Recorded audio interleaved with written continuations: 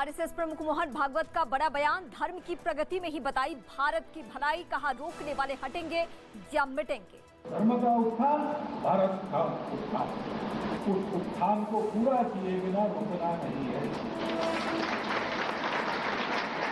इसको रोकने वाले हट जाएंगे या मिट जाएंगे।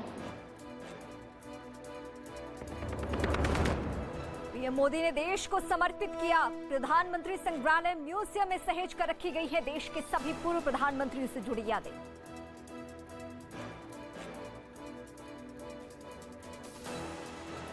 देश आज जिस ऊंचाई पर है वहां तक उसे पहुंचाने में प्रत्येक सरकार का योगदान है। जम्मू कश्मीर के शोपियान में सुरक्षा बलों की आतंकियों से मुठभेड़, अब तक 2 आतंकियों के ढेर होने की खबर, सेना का ऑपरेशन जारी। दिल्ली के अक्षरधाम मेट्रो स्टेशन पर एक लड़की ने की खुदकुशी की कोशिश, स्टेशन के ऊपर चढ़कर लगाई छलांग।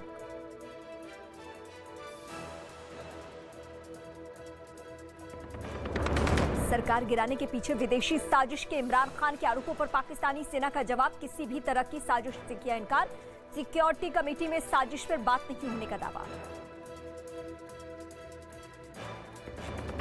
चीन में फिर बढ़ाई कोरोना ने मुश्किलें, शंघाई में एक दिन में कोरोना के रिकॉर्ड 95% मरीज बढ़े, कई शहरों में सख्त लॉकडाउन ने बढ़ाई लोगों की मुश्किलें।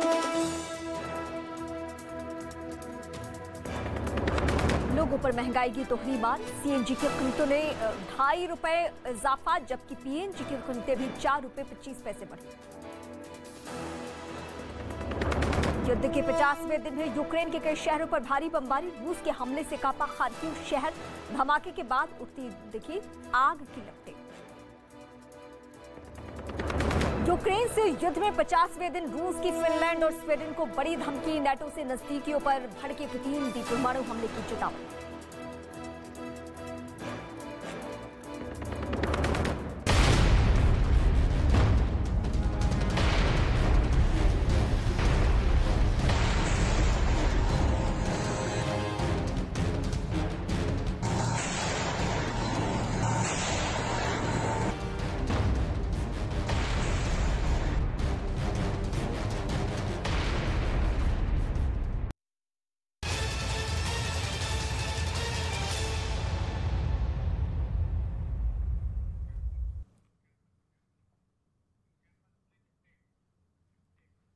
नमस्कार, मैं रीमा प्रसाद। इस वक्त आप देख रहे हैं न्यूज 18 इंडिया। रूस की नेवी ने मिसाइल टेस्ट किया है, समंदर से सबमरीन के जरिए कैलिबर मिसाइल का टेस्ट किया। ये वीडियो रूस के रक्षा मंत्रालय की ओर से जारी किए गए हैं। रूस का दावा है कि जापान सागर में किया गया ये टेस्ट पूरी तरीके से सफल रहा है। रूस युद्धपोत के जरिए युद्धाभ्यास कर रहा है। रूस का कहना है कि इस अभ्यास में 15 युद्धपोत शामिल किए गए हैं, ये रूस का दावा है। और इस वक्त रूस की जो अगली तैयारी चल रही है उस डेडलाइन को लेकर, जो 10 मई है, यानी उससे पहले हर वो हथकंडे अपनाना है जिससे कि ज़ेलेंस्की घुटनों पे आ जाए। हालांकि 50 दिनों की स्थिति ये रही है कि कुछ भी ऐसा कदम नहीं उठाया गया है, लेकिन अपनी ताकतें, अपनी सैन्य ताकत, अपनी हथियारों की ताकत रूस दिखाने में अभी भी लगा हुआ है। रूस का दावा यह है कि टेस्ट सफल रहा है और इस वक्त की बड़ी खबर हम आपको अपडेट कर रहे हैं युद्धाभ्यास की।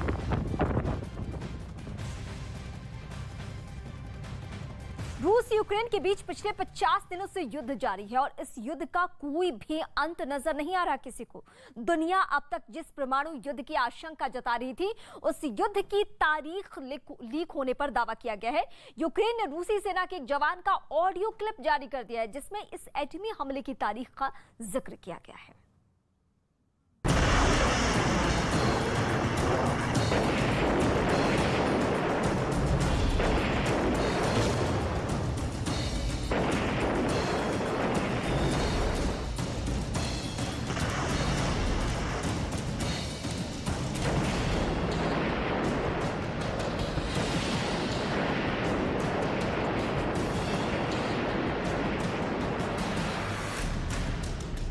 यूक्रेन फतह की फाइनल तारीख तय।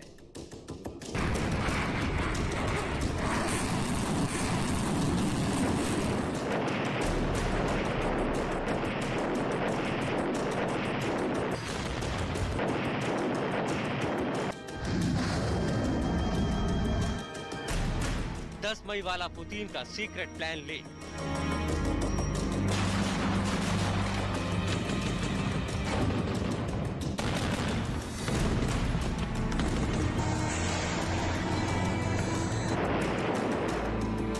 यूक्रेन को जीतने के लिए पुतिन की सेना पिछले 50 दिनों से जंग लड़ रही है। इस महाजंग में रूस का शायद ही कोई ऐसा हथियार बचा हो जिसे पुतिन ने इस्तेमाल ना किया।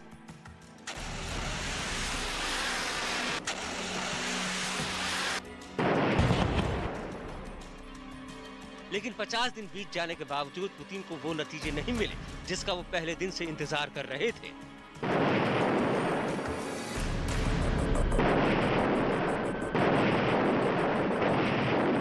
लिहाजा अब पुतिन के सब्र का बांध टूट चुका है और पुतिन ने इस महायुद्ध के नतीजे की फाइनल तारीख तय कर दी है, जिसका दावा यूक्रेन कर रहा है।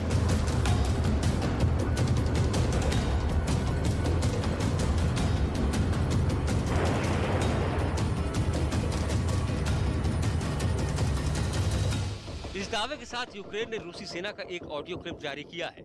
दावा है रूस के जिस जवान का ये ऑडियो क्लिप है वो यूक्रेन से जंग लड़ रहा है और जंग लड़ने के दौरान उसने अपनी पत्नी से फोन पर जो बातचीत की वो बातें इस ऑडियो क्लिप में रिकॉर्ड हुई हैं। Путин сказал, если до 10 мая нихуя не сделаем, блядь, вот все нахуй с землей сравниваем, блядь. Типа, значит, это глобальные меры, блядь. Какие что тут говорят, блядь, вроде уже тоже такой класс есть, что рубежная вроде. इस ऑडियो क्लिप में 10 मई का जिक्र है। दावा है कि पुतिन ने अपने सैनिकों को 10 मई की डेडलाइन दी है। अगर 10 मई तक रूस की सेना जंग नहीं जीत पाए तो फिर पुतिन सब कुछ तबाह कर देंगे।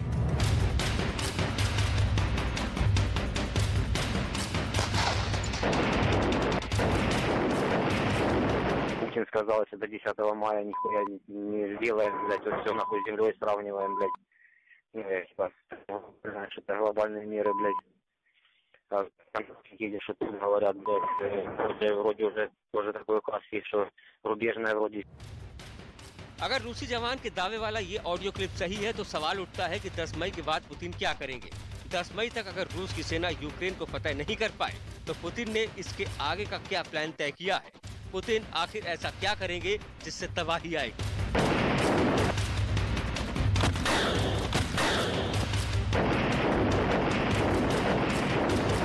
इसे लेकर 3 बड़ी आशंकाएं जताई जा रही हैं। आशंका नंबर 1, 10 मई के बाद क्या पुतिन एटम बम इस्तेमाल करेंगे। आशंका नंबर 2, 10 मई के बाद क्या पुतिन रासायनिक हथियार चलाएंगे। आशंका नंबर 3, क्या 10 मई के बाद पुतिन कुछ ऐसा करेंगे जिसकी कल्पना दुनिया ने नहीं की है। पूरी दुनिया जानती है कि पुतिन की शख्सियत हार मानने वालों में से नहीं है। यूक्रेन की जंग में पुतिन ही नहीं बल्कि रूस की साख भी दांव पर लगी है। जंग के चलते पुतिन पहले से ही आर्थिक प्रतिबंध झेल रहे हैं और अब अगर ऐसे में पुतिन ने यूक्रेन के खिलाफ जंग नहीं जीती तो खुद सुपर पावर रूस की ताकत पर सवालिया निशान लग जाएगा और ऐसा पुतिन कभी नहीं चाहेंगे। लिहाजा सबसे बड़ी आशंका परमाणु हमले की जताई जा रही है।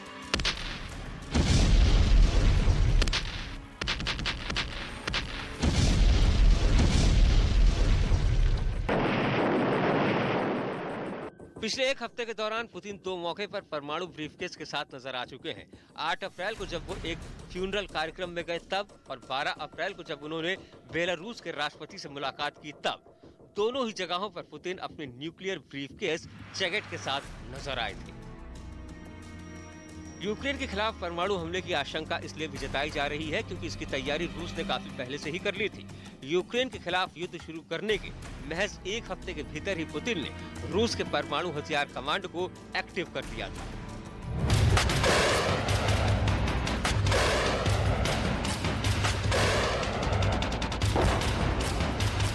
Высшие должностные лица ведущих стран НАТО допускают и агрессивные высказывания в адрес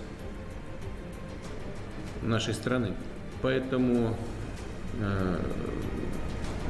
приказываю министру обороны и начальнику генерального штаба перевести силы сдерживания российской армии 10 मई की तारीख अभी दूर है, लेकिन 10 मई के बाद की आशंकाओं को लेकर हलचल अमेरिका तक में हो रही है और इन सब के बीच अब रूस ने यूक्रेन के खिलाफ नई चेतावनी जारी की है।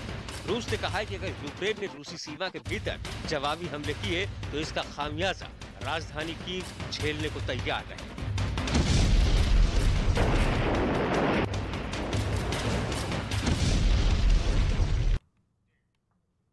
अगर मान भी ले कि ये ऑडियो क्लिप सही है और पुतिन ने अपने सैनिकों को 10 मई की डेडलाइन दी है, तो सवाल ये उठता है कि आखिर 10 मई ही क्यों? ये हम आपको विस्तार से समझाते हैं। दरअसल रूस हर साल 9 मई को विक्ट्री डे मनाता है, क्योंकि द्वितीय विश्व युद्ध में इसी दिन सोवियत संघ ने जर्मनी के ऊपर जीत हासिल की थी। इसी रूस विक्ट्री डे के तौर पर मनाता है और इसे रोज हर साल मॉस्को में विक्ट्री परेड निकलती है। इसलिए पुतिन चाहते हैं कि 9 मई से पहले तक यूक्रेन का युद्ध खत्म हो जाए। पुतिन ये भी चाहते हैं कि जो जंग वो यूक्रेन में लड़ रहे हैं, उस जंग का परिणाम 9 मई से पहले तक सुनिश्चित हो जाए। लेकिन अब जिस खुलासे का दावा किया जा रहा है, उसे अगर सही मान लिया जाए तो ये तय है कि अगर 9 मई तक युद्ध का नतीजा नहीं आया तो पुतिन के दिमाग में जो सीक्रेट प्लान चल रहा है उसे लॉन्च कर देंगे। अमेरिका और रूस में कोल्ड वॉर शुरू हो चुका है, इसका असर भी दिखने लगा है। यूक्रेन संकट में अमेरिका सीधे तौर पर तो रूस से लड़ाई नहीं लड़ रहा है, लेकिन हथियार देकर जरूर यूक्रेन को मजबूत कर रहा है। जंग के बीच अमेरिकी राष्ट्रपति ने यूक्रेन को करीब 6000 करोड़ से ज्यादा की सैन्य मदद देने का ऐलान किया है।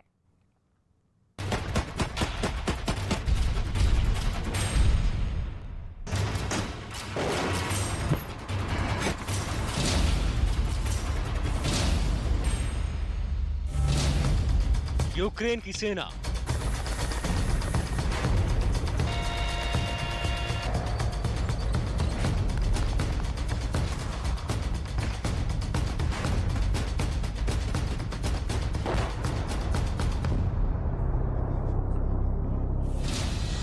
अमेरिका के हथियार,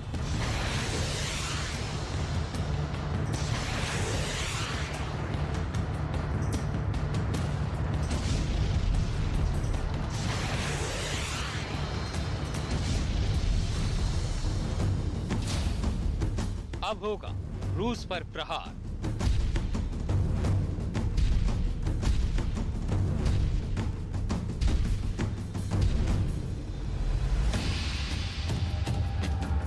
जंग को लेकर पुतिन ने जब से अपनी रणनीति बदली है, यूक्रेन के दक्षिण और पूर्वी इलाकों पर हमले तेज किए हैं।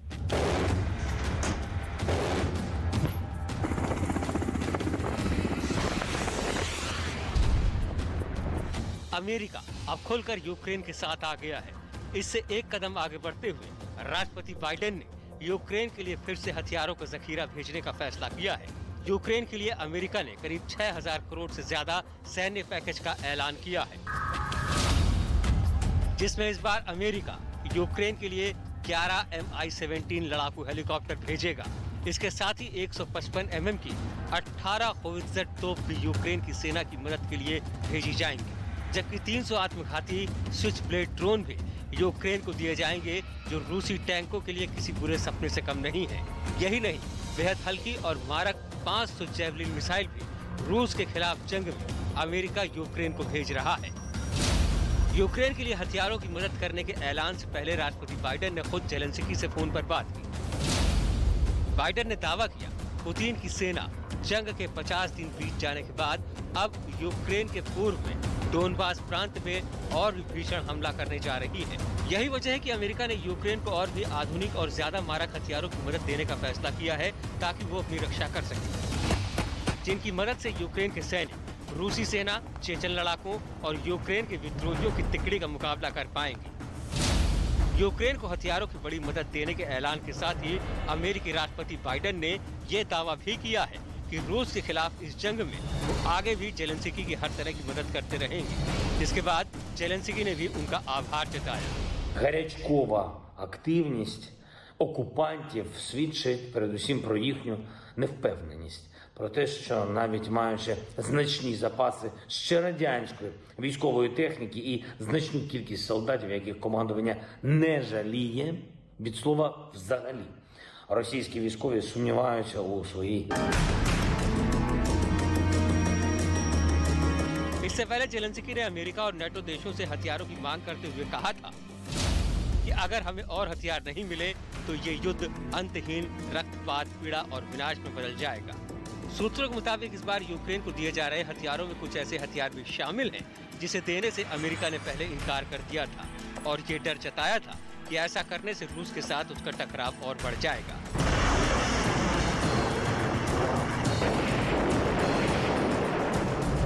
लेकिन अब अमेरिका ने वो हथियार भी यूक्रेन को देने का फैसला किया है, क्योंकि उसने हमले से पहले भी रूस को ऐसा नहीं करने की चेतावनी दी थी, लेकिन रूस ने उसे नजरअंदाज करके यूक्रेन पर हमला कर दिया था।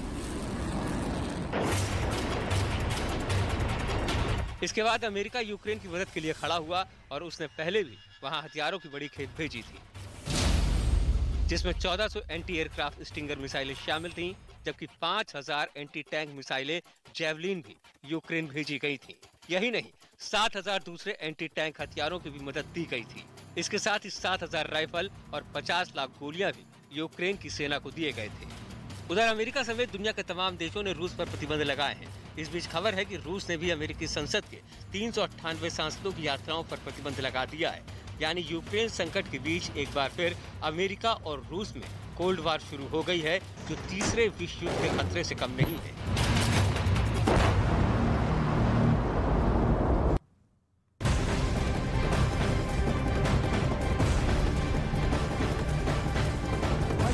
बड़ी खबर रूस की फिनलैंड स्वीडन को धमकी, चेतावनी सीधी सीधी ये दी गई है कि नाटो में शामिल नहीं होना है। जिस तरीके से यूक्रेन को धमकी थी उसी तरीके से स्वीडन को और फिनलैंड को भी धमकी दी गई है और यही शर्त थी यूक्रेन के सामने भी कि अगर आप नाटो में शामिल नहीं होते हैं युद्ध रुक जाएगा। लेकिन ज़ेलेंस्की ने, यूक्रेन ने ये नहीं माना और जो अभी सूरत आप देख रहे हैं यूक्रेन की, वो इसी शर्त को नहीं मानने की वजह से हुई है। और खबर तो अब इस हद तक भी मिल रही है कि फिनलैंड में रूस ने अपनी सेना भेजनी शुरू भी कर दी है। इस बात में कितनी सच्चाई है इसके लिए थोड़ा इंतजार करना होगा, लेकिन बहुत बड़ी खबर इस लिहाज से क्योंकि नाटो में नहीं जाने की धमकी दी जा रही है।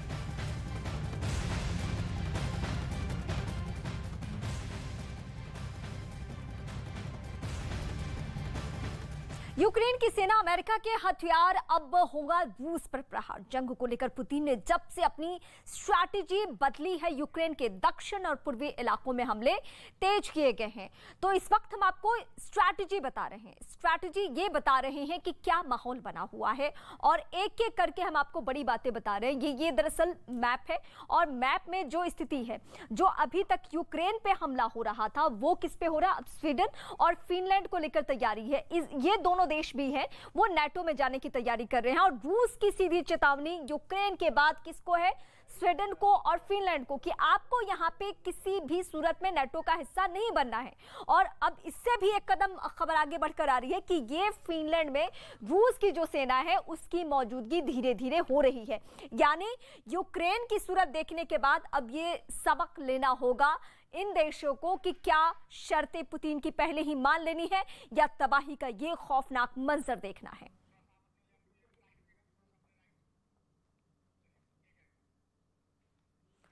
तो पुतिन ने जब से अपनी स्ट्रैटेजी बदली है, यूक्रेन के दक्षिण और पूर्वी इलाकों पर हमले तेज किए जा चुके हैं। अमेरिका अब खुलकर यूक्रेन के साथ आ चुका है। इसमें एक कदम आगे बढ़ते हुए राष्ट्रपति बाइडेन ने यूक्रेन के लिए फिर से हथियारों का जखीरा भेजने का फैसला किया। यूक्रेन के लिए अमेरिका ने करीब 6000 करोड़ से ज्यादा सैन्य पैकेज का ऐलान किया है।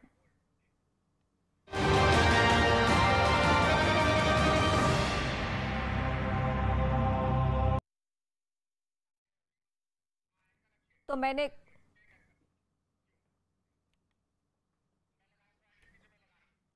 और इस वक्त हम आपको बता रहे हैं कि अगली तैयारी पुतिन की क्या है, लेकिन परमाणु बम और किसने किसने रेडी कर रखा है ये हम आपको बताने जा रहे हैं। तो किम जोंग की अगली तैयारी क्या है ये भी हम आपको बताएंगे। रूस यूक्रेन महायुद्ध से हजारों किलोमीटर दूर भी एक युद्ध की, विश्व युद्ध की तैयारी हो रही है। अमेरिका ने तो अपने सबसे खतरनाक जंगी जहाज यूएसएस अब्राहम लिंकन को युद्ध के नए मैदान में उतार भी दिया है, जो अपने साथ जंगी जहाजों का फ्लीट लेकर चल रहा है। इस फ्लीट में F-35 जैसे फाइटर प्लेन भी शामिल है, जिसके निशाने पर है उत्तर कोरिया के तानाशाह किम जोंग उन, जिनकी जिद और अमेरिका और यूनाइटेड नेशन के हर फैसले की मुखालफत कर रहा है। और यही मौजूदा हालात दुनिया को तीसरे विश्व युद्ध की ओर धकेल रहे हैं।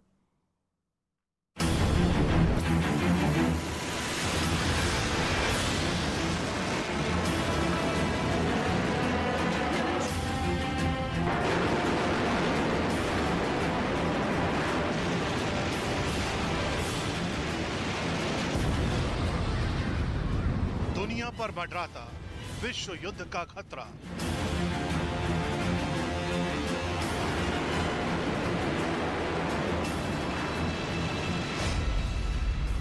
हिंदुस्तान से 5000 किलोमीटर दूर महायुद्ध।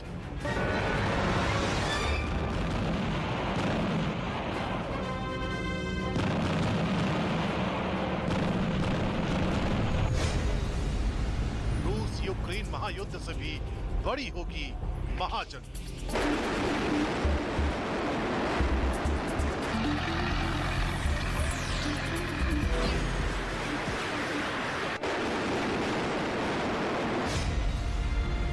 और तबाह हो जाएगी दुनिया।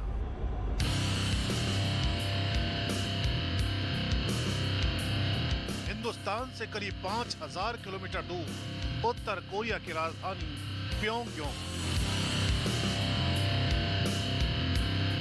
यहां किम जोंग उन ने अपनी ताकत की नुमाइश की है। जहां किम जोंग उन का रूप, रंग, चाल ढाल सब कुछ बदला हुआ नजर आ रहा है। आमतौर पर काले कपड़ों में नजर आने वाले किम सफेद लिबास में नजर आए। कहने को तो वो एक हाउसिंग प्रोजेक्ट के उद्घाटन समारोह में शामिल होने पहुंचे थे, लेकिन ये सन्नाटे से पहले की शांति है, दिखावा है, छलावा है। क्योंकि उनकी चाल ढाल भले ही नई दिख रही हो, पर उनकी तानाशाही वही है। क्योंकि किम कहते कुछ हैं और करते कुछ और।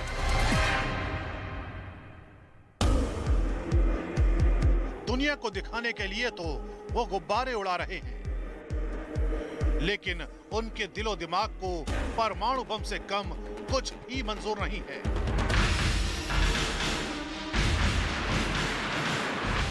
वो दुनिया के अमन चैन के सबसे बड़े दुश्मन हैं, जिन्हें शांति शब्द से ही जैसे नफरत है,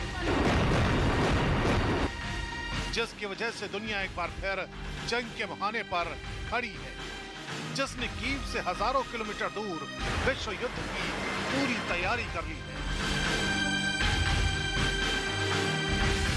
अमेरिका के विदेश विभाग ने चेतावनी देते हुए कहा है, किम जोंग उन 15 अप्रैल की छुट्टी के दिन अपने पहले परमाणु हथियार परीक्षण की योजना बना रहे हैं। नॉर्थ कोरिया का यह परमाणु परीक्षण देश के संस्थापक किम इल सुंग की 110वीं जयंती पर किया जाएगा। रिपोर्ट में यह भी दावा किया गया है कि किम जोंग का परमाणु परीक्षण धरती के नीचे किया जाएगा। किम जोंग उन ऐसे तानाशाह हैं जो हथियारों का जखीरा हासिल करने की होड़ में दिन रात लगे रहते हैं।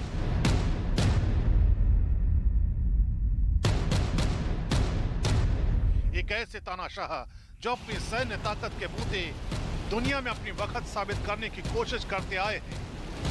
एक ऐसे इंसान जो हथियारों के बूते विश्व की महाशक्तियों को चुनौती देते आए हैं। 북한의 대륙간 탄도미사일 발사는 한반도 비핵화와 평화를 촉구하는 우리 국민들의 여망, 국제사회의 요구와 외교적 해결을 위한 유관국들의 노력에 대한 중대한 도전이자 한반도와 지역, 국제사회에 심각한 위협을 야기하는 행위로서 유엔 안보리 결의를 명백히 위반하고 북한이 국제사회에 약속한 대륙간 탄도미사일 발사 유예를 스스로 파기한 것인 바। कहने को तो उत्तर कोरिया की लड़ाई सिर्फ अमेरिका से है, लेकिन एक बार जंग छिड़ी तो क्या अंजाम होगा, इसकी कल्पना करना भी मुश्किल है। इस बार जंग छिड़ी तो होगी सबसे बड़ी तबाही। दुनिया में छिड़ सकती है परमाणु बम की जंग। तानाशाह की सनक में पिस जाएगी दुनिया। अब की बार टकराएगी दुनिया की महाशक्तियां।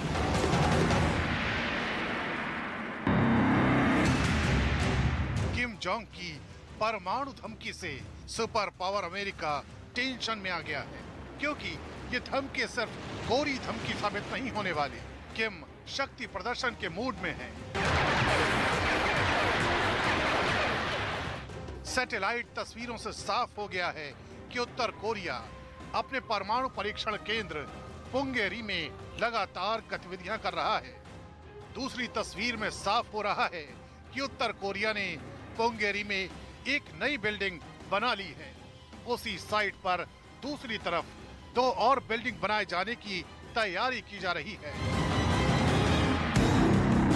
सैटेलाइट तस्वीरों में न्यूक्लियर साइट पर लाई गई लकड़ियां भी देखी जा सकती हैं। तीसरी तस्वीर तो और भी ज्यादा हैरान करने वाली है।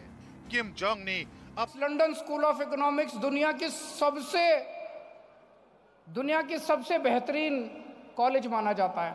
आज की डेट में भी लंदन स्कूल ऑफ इकोनॉमिक्स से डिग्री करना इम्पॉसिबल है, एडमिशन लेना।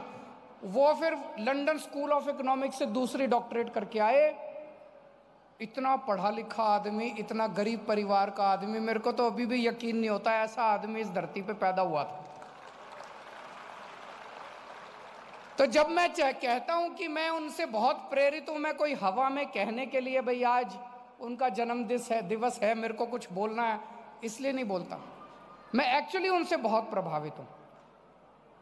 तो इस साल 26 जनवरी को हमारी सरकार ने निर्णय लिया, 26 जनवरी को मैंने ऐलान किया कि दिल्ली सरकार के हर दफ्तर में बाबा साहब अंबेडकर और भगत सिंह की तस्वीर लगाई जाएगी।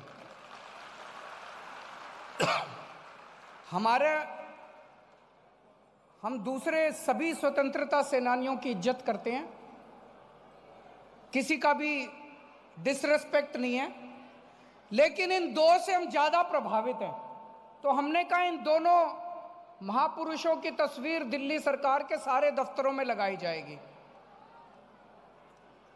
जब मैंने ऐलान किया था, मैंने तो अच्छे मन से ऐलान किया था क्योंकि मैं इन दोनों की पूजा करता हूं, इन दोनों को बहुत मानता हूं। मेरा जो इन दूसरे विरोधियों ने विरोध किया, इतना मेरे को गालियां दी इन लोगों ने, आप देख रहे होंगे सोशल मीडिया पे और इधर उधर, जैसे पता नहीं मैंने क्या कसूर कर दिया। केजरीवाल इनकी तस्वीर क्यों लगा रहा है, केजरीवाल इनकी तस्वीर क्यों लगा रहा है, इसकी क्यों नहीं लगा रहा, उसकी क्यों नहीं लगा रहा। मैंने कहा जिसको तुम मानते हो तुम लगा लो, जिसको मैं मानता हूं मैं लगा लूंगा। इतना विरोध, इतना विरोध, इतना विरोध। मेरे को एक बार तो लगा यार मैंने कोई कसूर तो नहीं कर दिया बाबा साहब की तस्वीर लगा के। नहीं, देखा आप लोगों ने कितना विरोध कर रहे हैं दूसरी पार्टी वाले मेरा। केजरीवाल ने बाबा साहब की तस्वीर क्यों लगाई। अब मैंने कसम खाई है, इनके विरोध से मेरे को और प्रेरणा मिली है, मेरे को और ऊर्जा मिली है। ये जितना मेरा विरोध कर रहे हैं, मैंने कसम खाई है बाबा साहब का जीवन और बाबा साहब का संदेश इस देश के घर घर में पहुंचाऊंगा मैं।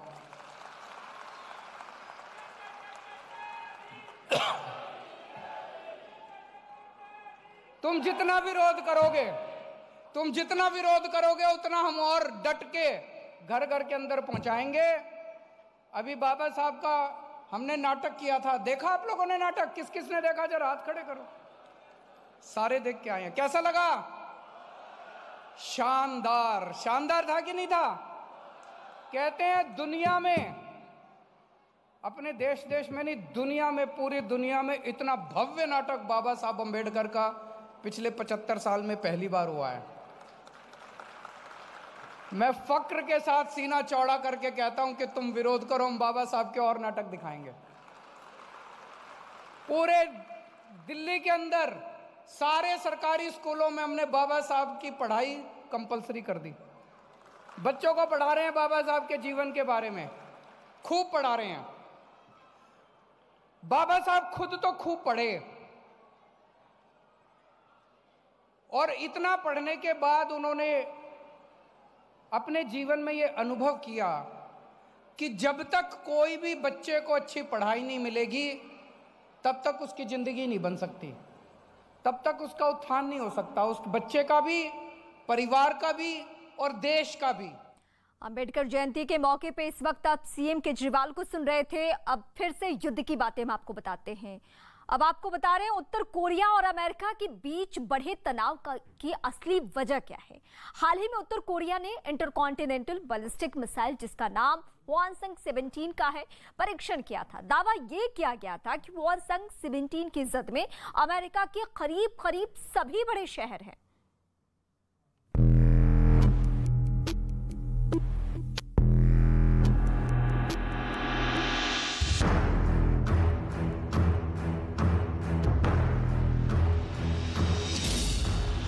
जागी किम जोंग की जिद।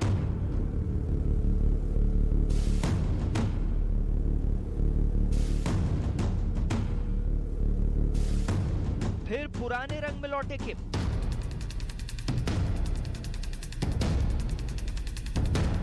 रॉकेटमैन ने फिर दिखाई मिसाइल पावर।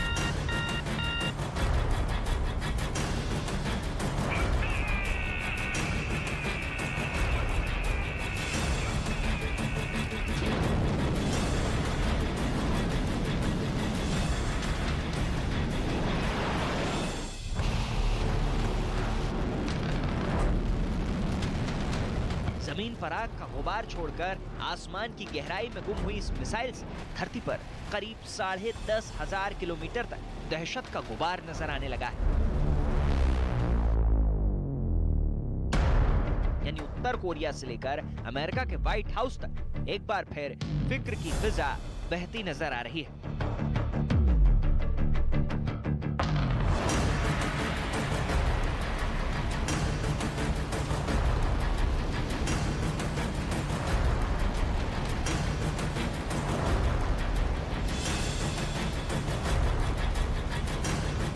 पहले से ज्यादा फिट, सेहतमंद और खुश नजर आ रहे उत्तर कोरिया के supreme leader Kim Jong Un की इन तस्वीरों ने पूरी दुनिया को खौफजदा कर दिया है, क्योंकि ये तस्वीरें किम के खतरनाक रूप की वापसी के तौर पर देखी जा रही हैं।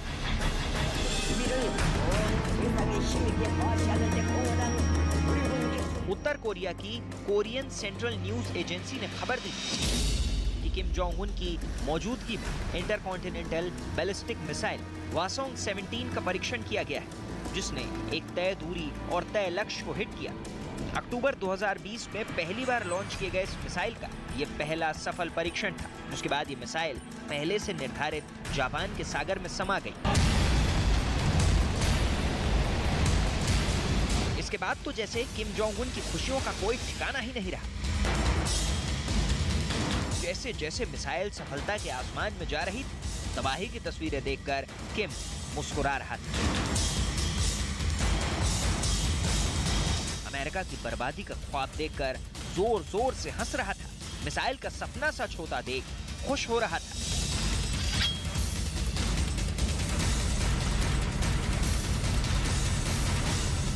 इंटरकॉन्टिनेंटल यानी एक महाद्वीप से दूसरे महाद्वीप पर हमला करने की क्षमता और उत्तर कोरिया के supreme leader Kim Jong Un की खुशी की वजह है इस मिसाइल की रेंज।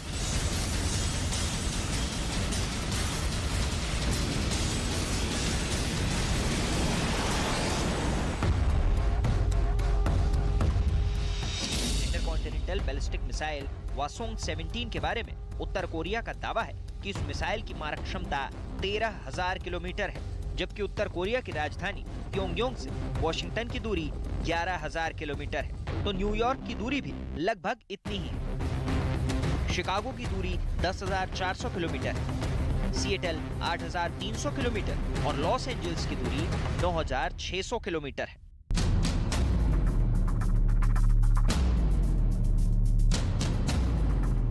यानी हवासंग 17 की जद में अमेरिका के लगभग सभी बड़े शहर हैं।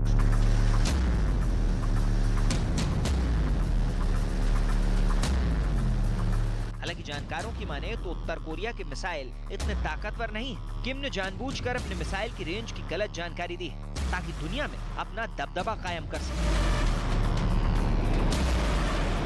लेकिन इतना तो तय है कि बिना चीन की मदद के उत्तर कोरिया न तो परमाणु बम बना सकता है और न ही घातक missile. I think it's important that these types of tests are not linked with current events that happens right around them. These tests are part of a long-term North Korean strategy to develop a nuclear weapons program with a verifiable delivery system. And this is not solely for deterrence, although this program would have tremendous value as a deterrent against any nation that would want to do North Korea harm.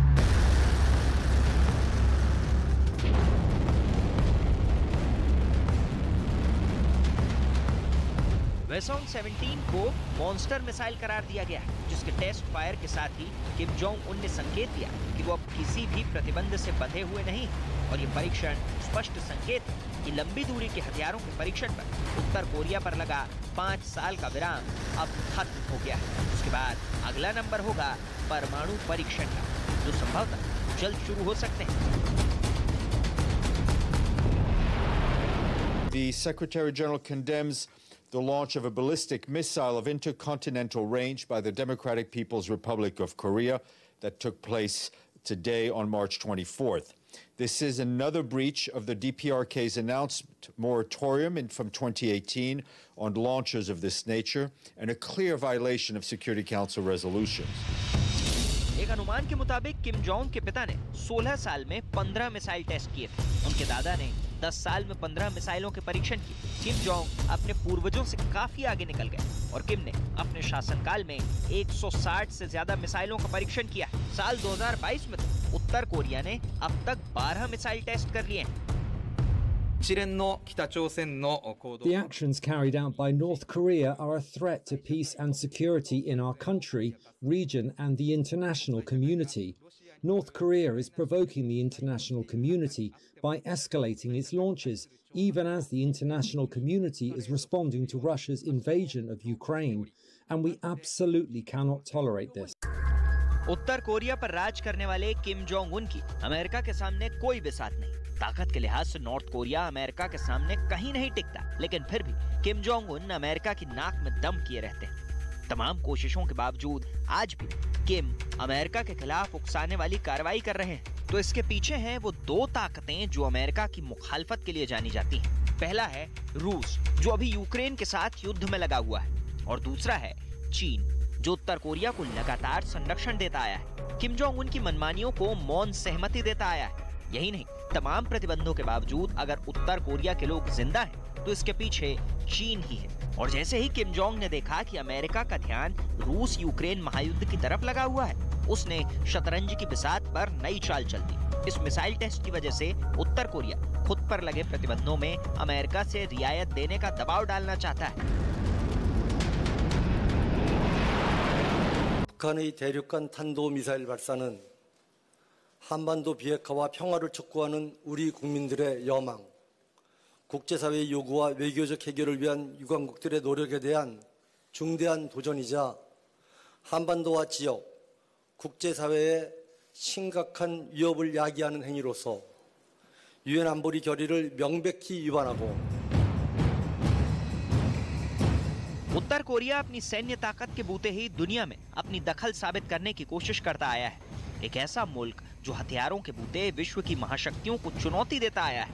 हालांकि संयुक्त राष्ट्र सुरक्षा परिषद ने उत्तर Korea पर तमाम तरह के प्रतिबंध लगा रखे हैं। किम जोंग उन परमाणु और बैलिस्टिक मिसाइल परीक्षण भी नहीं कर सकते, लेकिन इन तमाम प्रतिबंधों का उत्तर कोरिया पर कोई असर नहीं पड़ा।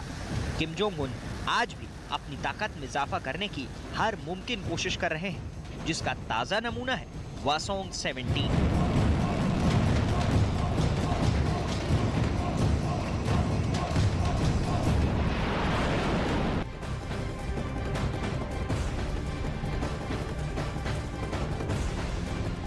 और कानपुर में हो रही है नींबू की चोरी। नींबू की कीमतें आसमान छू रही है। रात के अंधेरे में नींबू की चोरी हो रही है, तो इन दिनों आसमान छू रही है नींबू की कीमतें। और महंगाई से कानपुर में किसानों कि रातों की नींद हराम हो चुकी है। दरअसल नींबू के महंगा होने से नींबू के बागों में चोरी की घटनाएं काफी बढ़ चुकी है।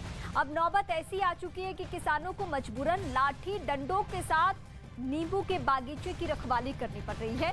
हालात ये बन चुके हैं कि किसान उन नींबू की रखवाली में लगे हैं जिनकी महंगाई ने देश में अब तक के सारे रिकॉर्ड्स तोड़ दिए हैं। और इस वक्त ये हैरान कर देने वाली खबर आप कह सकते हैं कि कानपुर में अब नींबू की चोरी हो रही है।